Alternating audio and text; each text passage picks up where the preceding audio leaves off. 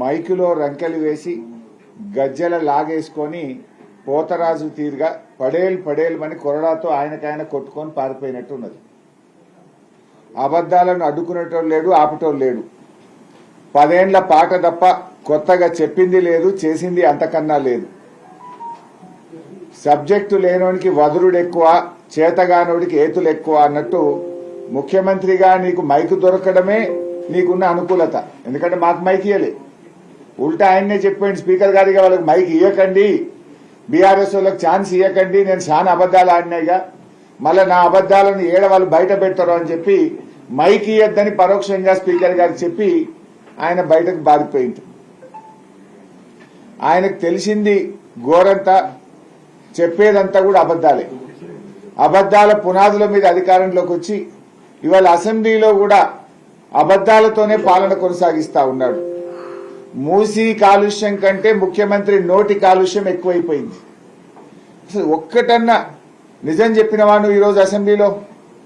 ఏడాదిలో నువ్వు చేసిందేమీ లేదు, గొంతు చించుకోవడం తప్ప రేవంత్ రెడ్డి ఏడాదిలో చేసిందైతే ఏమీ లేదు.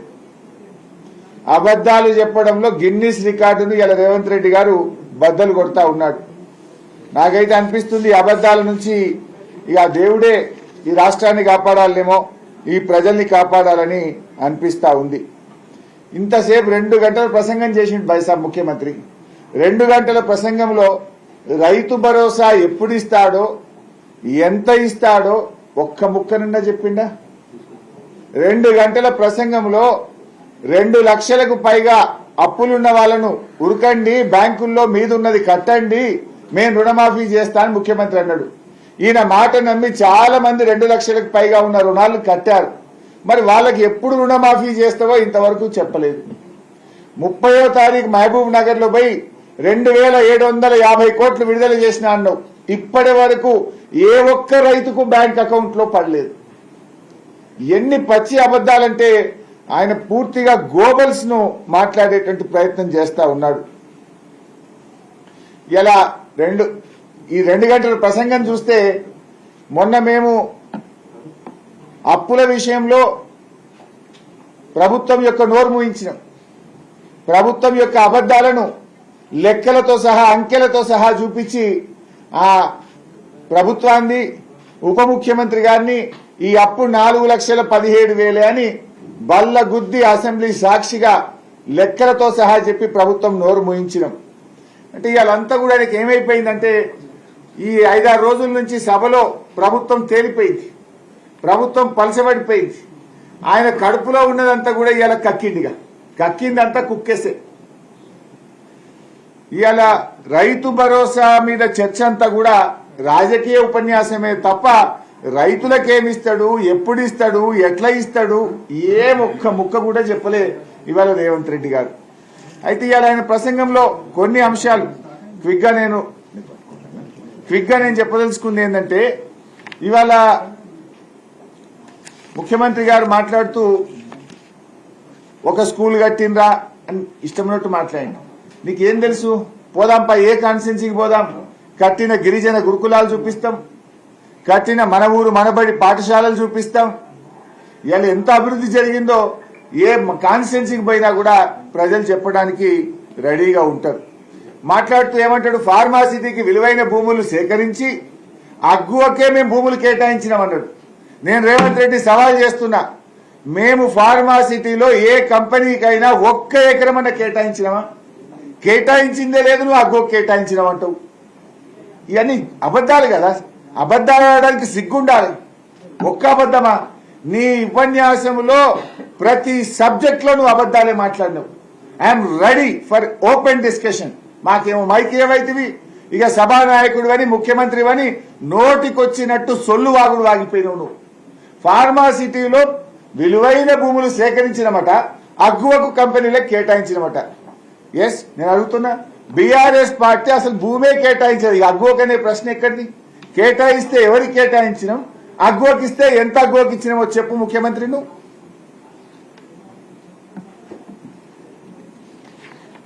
ఈరోజు ఆయన మాట్లాడుకుంటా అంటాడు, రుణమాఫీ చేయొద్దంటున్నామట, మేము ఫీజు రియంబర్స్మెంట్ వద్దంటున్నామట. సిగ్గుండాలే మాట్లాడడానికి. ఫీజు రియంబర్స్మెంట్ ఇవ్వండి మహాప్రభు అని ముఖ్యమంత్రికి పలుసార్లు లెటర్లు రాసినాము, అసెంబ్లీలో మాట్లాడినాము, ప్రతిపక్షాలు మాట్లాడుతున్నాయి, విద్యార్థులు కొట్లాడుతున్నాడు. ఇవాళ ముఖ్యమంత్రి అసెంబ్లీలో ఎంత పచ్చి అబద్ధాలు ఆడతాడంటే, మేమట రేడియల్ రోడ్స్ వద్దన్నమాట, రుణమాఫీ వద్దన్నమాట, ఫీజు రియంబర్స్మెంట్ వద్దన్నమాట, త్రిబులార్ వద్దన్నమాట, సాగునీటి ప్రాజెక్టులు వద్దన్నమాట. నేను ఛాలెంజ్ చేస్తున్నా, మీరే సాక్ష్యం, మీడియా సాక్షిగా, రాష్ట్ర ప్రజల్ని కూడా అడుగుతున్నా, అసెంబ్లీ సాక్షిగా ఒక ముఖ్యమంత్రి ఇంత పచ్చి అబద్ధాలాడే ముఖ్యమంత్రిని నా జీవితంలో వినలేదు, చూడలేదు. ఎక్కడన్నా బీఆర్ఎస్ పార్టీ అన్నట్టుంటే ఒక్క రుజువు చూపియండి. మేము ఉల్టా రుణమాఫీ ఎప్పుడు చేస్తావు ముఖ్యమంత్రి, నువ్వు చేస్తే 15 ఆగస్టులోగా నువ్వు రుణమాఫీ చేస్తే నేను రాజీనామా చేస్తాను సవాల్ చేసిన. నేను రుణమాఫీ చెయ్యమని నీ మెడలు వంచే ప్రయత్నం చేసిన. రుణమాఫీ చేస్తావా చేయవా నీ సంగతి ఏందో బండ్ల గుద్ది అసెంబ్లీలో నిన్ను ప్రశ్నించిన. ముఖ్యమంత్రి ఎంత సిగ్గు లేకుండా మాట్లాడతారంటే, బీఆర్ఎస్ వాళ్ళు రుణమాఫీ చేయొద్దంటున్నారు, బీఆర్ఎస్ వాళ్ళు ఫీజు రియంబర్స్మెంట్ కట్టొద్దంటున్నారు, బీఆర్ఎస్ వాళ్ళు త్రిబులార్ రోడ్ వద్దంటున్నారు, ఆరోగ్యశ్రీ పైసలు ఇవ్వద్దంటున్నారు. ఇదే ఆ మాట్లాడేది. అసలు ఇది ఎట్లుందంటే చోరు ఉల్టా కోత్వాలకు డాంటే అన్నట్టున్నది. ఇయ్యండి నువ్వు, ఎగబెట్టింది నువ్వు, మోసం చేసింది నువ్వు. ఈ మహాప్రభు ఇంకెప్పుడు ఇస్తావని రోజు నీ వెంట పడుతున్నాం కాదే. మేము ఇయ్యొద్దన్నాము, ఈ అభివృద్ధి మేము వద్దంటున్నామని ముఖ్యమంత్రి మాట్లాడితే అర్థం పద్ధం ఉండాలన్నా వద్దా? ఏమన్నా ఏం మాట్లాడుతున్నావు నువ్వు? ఒక్క ఆధారం అన్న ఉందా నువ్వు చెప్పేదానికి? అంటే ఆయన అన్ని కూడా చావు తెలివితేటలు, ఆయన భాషలో చెప్పాలంటే చావు తెలివితేటలు ప్రదర్శిస్తుండు. ఆరిపోయే దీపానికి వెలుతురు ఎక్కువ అన్నట్టు నీ పార్టీ ఎట్లా కథమైపోతుంది. నీ గ్రాఫ్ నీ ఏడాది పాలనలో పూర్తిగా పడిపోయింది. అందుకే నువ్వు గొంతు పెంచుకొని బిగ్గరగా మాట్లాడి ఏదో నేనున్నాను అని నీ ప్రజెన్స్ చూపించుకుంటే ప్రయత్నం చేస్తున్నావు. గొంతు పెంచినా, అరిచినా, గీ పెట్టినా, నువ్వు అల్లరి చేసినా, 2 గంటలు మాట్లాడినా తెలంగాణ ప్రజలు నిన్ను నమ్మరు. అయిపోయింది నీ పని. నీ చేతలతో చేయాలి తప్ప నువ్వు నీ మాటల గారడితోనో గొంతు చించుకుంటేనో ప్రజలు నిన్ను నమ్మరు. ఏంది నువ్వు చెప్పింది? అలా 2 లక్షల రుణమాఫీ మీద క్లారిటీ ఇయ్యలే, రైతు భరోసా మీద క్లారిటీ ఇయ్యలే, పంటల బీమా చేతులెత్తి పడేసింది అలా తుమ్మల నాగేశ్వరరావు. వానకాలంకు పంటల బీమా అన్నాడు, యాసంగికి వాయిదా వేసిండు. యాసంగికి పంటల బీమా అన్నాడు, ఇప్పుడు మళ్ళీ వచ్చే సంవత్సరం చూస్తా అంటుండు. ఇగో ఇది కాంగ్రెస్ తీరు. దొంగలకు సద్దులు కట్టురు మీరు. ఇవాళ ముఖ్యమంత్రి గారు టనల్ విషయంలో కూడా మాట్లాడిండు. ఎస్ఎల్బిసి టనల్ అట 10 కిలోమీటర్లు ఉండే బీఆర్ఎస్ లో 1 కిలోమీటర్ దవ్వలేదు అంటుండు. అసెంబ్లీలో మాట్లాడిండు. I'm challenging the chief minister as irrigation minister గారు పనిచేసిన కనుక బీఆర్ఎస్ ప్రభుత్వ హయాంలో మేము దాదాపు 11 కిలోమీటర్లకు పైగా బీఆర్ఎస్ హయాంలో మేము తవ్వాం టనల్. ఎస్ఎల్బిసి టనల్ 10 కిలోమీటర్లు ఉండే బీఆర్ఎస్ తవ్వనే లేదు అని మాట్లాడింది. 11.29 కిలోమీటర్లు ఎస్ఎల్బిసి టనల్ ను బీఆర్ఎస్ హయాంలో తవ్వి చూపించాం. నల్లగొండ జిల్లాకు కాళేశ్వరం జలాలను తెచ్చి దాదాపు 2.5 లక్షల ఎకరాలు తుంగతుర్తి, కోదాడ, సూర్యాపేటలో పంటలు పండించి చూపించినాం. నిన్నగాక మొన్న నువ్వు నల్లగొండపై ఇనాగ్రేషన్ చేసిన ఉదయ సముద్రంలో నీళ్లు పోయించింది బీఆర్ఎస్ పార్టీ. నువ్వు ఇనాగ్రేషన్ చేసిన మెడికల్ కాలేజ్ కట్టింది బీఆర్ఎస్ పార్టీ.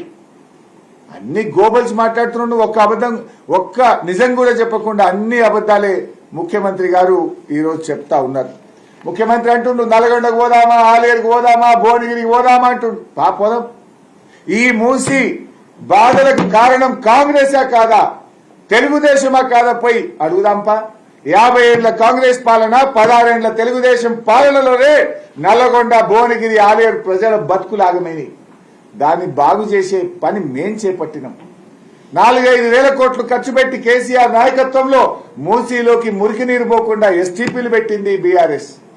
కాళేశ్వరం నీళ్లు తెచ్చి మూసీలో గోదావరి జలాలు ప్రవహింపజేయడానికి ప్రణాళికలు చేసింది బీఆర్ఎస్. పోదాంపా ముఖ్యమంత్రి గారు, లగచెర్ల పోయి అడుగుదాంపా. నీ కాన్స్టిట్యున్సీకే పోయి లగచెర్ల రైతులతో మాట్లాడదాం. వస్తానో కదా గన్మెన్లు లేకుండా? ఎస్, మేము కూడా వస్తాం. లగచెర్ల పోదాం. మూసీలో బాధితులు ఉన్నారు కదా, మూసీ ఎక్కడైతే నది ప్రారంభమవుతుందో అక్కడి నుంచి నల్గొండ దాకా నడుద్దాంపా. ఎప్పుడు పోదామో డేట్ పెట్టు, వస్తాం. మేము కూడా వస్తాం. ఎన్ని రోజులు నడుస్తామో నడుద్దాం. ఏదో అసెంబ్లీలో మైక్ ఉందని మాట్లాడు కాదు కదా.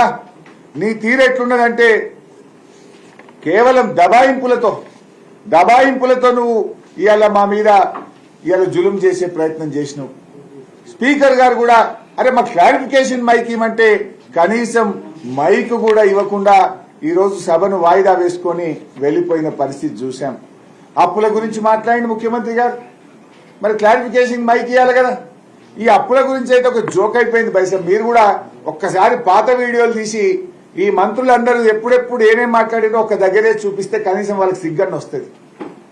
ఇప్పుడు పోయినసారి అసెంబ్లీ సమావేశాల్లో వైట్ పేపర్ తల దించుకొని డిప్యూటీ సీఎం గారి సభ నుంచి even I'm today ready 4-17 BRS చేసినప్పుడు మీరేదో ఇలా వారసత్వంగా 72,000 కోట్ల అప్పు వచ్చి ఇంకా పెండింగ్ ఉందని నేను చెప్పిన అసెంబ్లీలో. అది 72,000 కాదు కదా, 72,000 అప్పు మీరు గవర్నమెంట్ తీసుకున్న నాడు కూడా పాత కాంగ్రెస్ గవర్నమెంట్ చేసిన అప్పు ఇంకా 72,000. అది 11,000 కార్పొరేషన్లు అంటే 83,000 ఉన్నది. కాంగ్రెస్ ప్రభుత్వం వచ్చినాక డిసెంబర్ 7 నుంచి మార్చి 31 దాకా చేసిన 15,000 ఉంది. ఇదే 1,00,000 కోట్లు. ఇవేమి కలపడంలా ఈ 72,000 ఇవాళ ఉన్నది. మీరు మళ్ళీ 10 ఏళ్ల తర్వాత కాంగ్రెస్ గవర్నమెంట్ వచ్చినాక కూడా 72,000 ఉంది. మధ్యలో 10 ఏళ్లలో పాత కాంగ్రెస్ గవర్నమెంట్ వారసత్వంగా ఇచ్చిన అప్పుకు మిత్తిలకు 3,00,000 కోట్లు కట్టినాం. మరి మేము 3,00,000 కోట్ల అప్పు గత కాంగ్రెస్ ప్రభుత్వం వారసత్వంగా ఇచ్చిన అప్పు మేము కట్టుకుంటూనే అన్ని కార్యక్రమాలు చేసినాం.